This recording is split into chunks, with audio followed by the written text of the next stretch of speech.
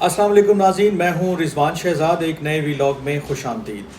ناظرین، آج بات کریں گے کہ پاکستان گورنمنٹ نے اور موفا نے ایسی کون سی بے وقوفی کی ہے کہ ان کو کورٹ کچہری کا بھی سامنا کرنا پڑ گیا ہے، اور یہ اس لیے کہ انہوں نے اپوسٹل لاء میں کچھ ایسی جو ہے وہ خلاف ورزیاں کی ہیں کہ جو نہ صرف پاکستانی جو عوام ہے یعنی کہ جو عام لوگ ہیں ان کے رائٹس کو وائلیٹ کر رہی ہے، بلکہ وہ انٹرنیشنل جو کنونشن لاء ہے، اس کا اپوسٹل کا کنونشن لاء ہے، اس کو بھی جو ہے وہ وائلیٹ کر رہی ہے۔ یہ بڑا انٹرسٹنگ ایک معاملہ ہے، اور اس کو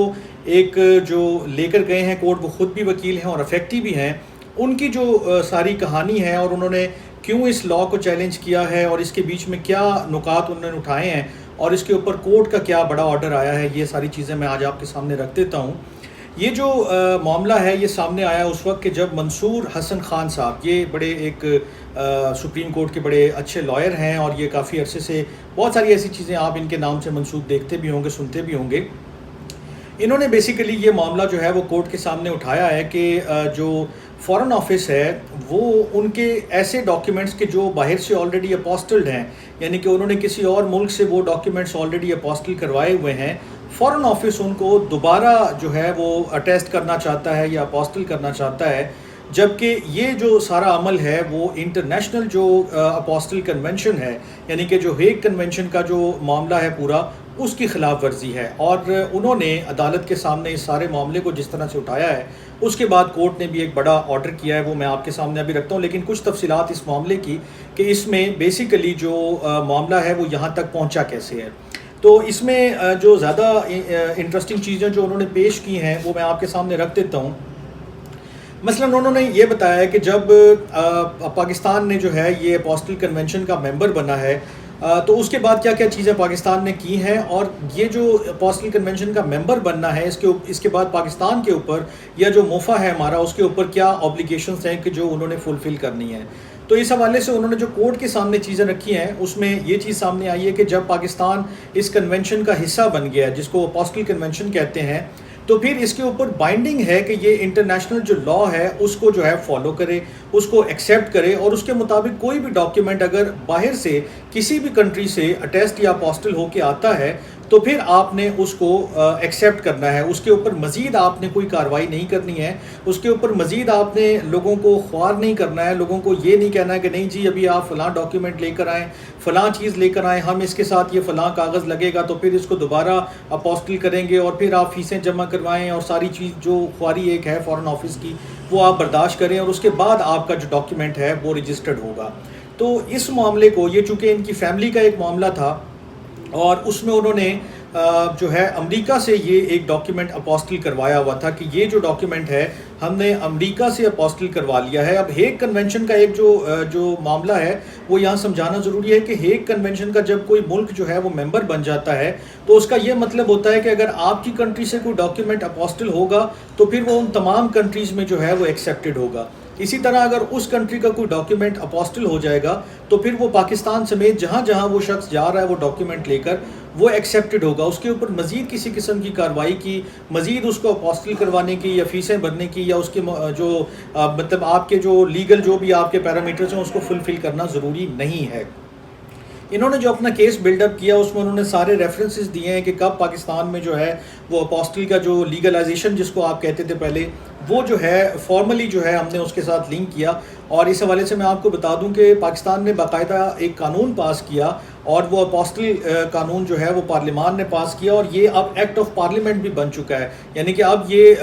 پہلے آرڈیننس آیا تھا، آرڈیننس کے بعد پھر اس کو ایکسٹینشن ملی تھی، تو اس دوران بھی تھوڑا سا ابہام تھا کہ شاید یہ قانون بنے یا نہ بنے، لیکن جب یہ ساری چیزیں ہو گئی اس کے بعد یہ ایکٹ آف پارلیمنٹ جو ہے وہ 6 سپٹمبر 2024 کو بن گیا۔ انہوں نے یہ کیس بلڈ اپ کیا کہ جب پاکستان نے پہلی مرتبہ یہ نافذ کیا،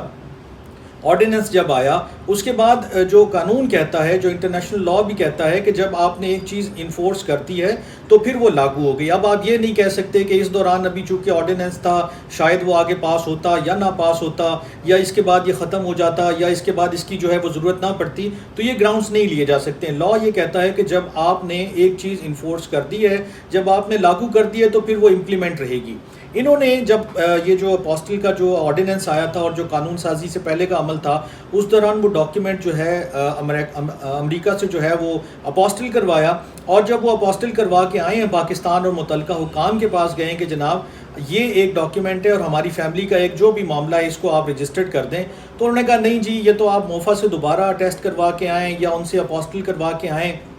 جب آپ سارا کچھ پروسیس فالو کر کے آئیں گے تو اس کے بعد ہی ہم جو ہے وہ آپ کو کسی طرح سے جو ہے وہ اکوموڈیٹ کر سکتے ہیں۔ اب یہاں ان کے وکیل ہونے کا فائدہ ہوا، اور انہوں نے اس جو ان کا جو پروفیشن ہے اس کو سامنے رکھتے ہوئے اور اپنی جو ان کی سکلز ہیں اور جو ان کی انڈرسٹینڈنگ ہے اس کے مطابق یہ معاملے کو کورٹ میں لے کر گئے ہیں۔ لیکن یہ معاملہ جہاں ایک انڈیویجول کا ہے وہاں عام لوگوں کو بھی اس سے بہت فائدہ ہوگا، کیونکہ جب فارن آفس خود کہتا ہے کہ یہ جو ہم ڈاکیومنٹ آپ کو اپوسٹل کر کے دے رہے ہیں یہ دنیا کے 105 ممالک میں اور کئی جگہ لکھا ہے کہ 122 یا 23 ممالک میں ایکسیپٹڈ ہے، تو پھر یہ کیسے ممکن ہے کہ ایک جو دنیا کا ملک آپ کو ایک ڈاکیومنٹ اپوسٹل کر کے دے رہا ہے تو آپ کے ملک میں اس کو دوبارہ پھر اپوسٹل کروانے کی ضرورت پیش آئے؟ تو یہ سارا معاملہ جب کورٹ کے سامنے گیا، کورٹ کے سامنے آرگیومنٹس ہوئے اور سارا جب میٹر ان کے سامنے رکھا گیا کہ پاکستان کس طرح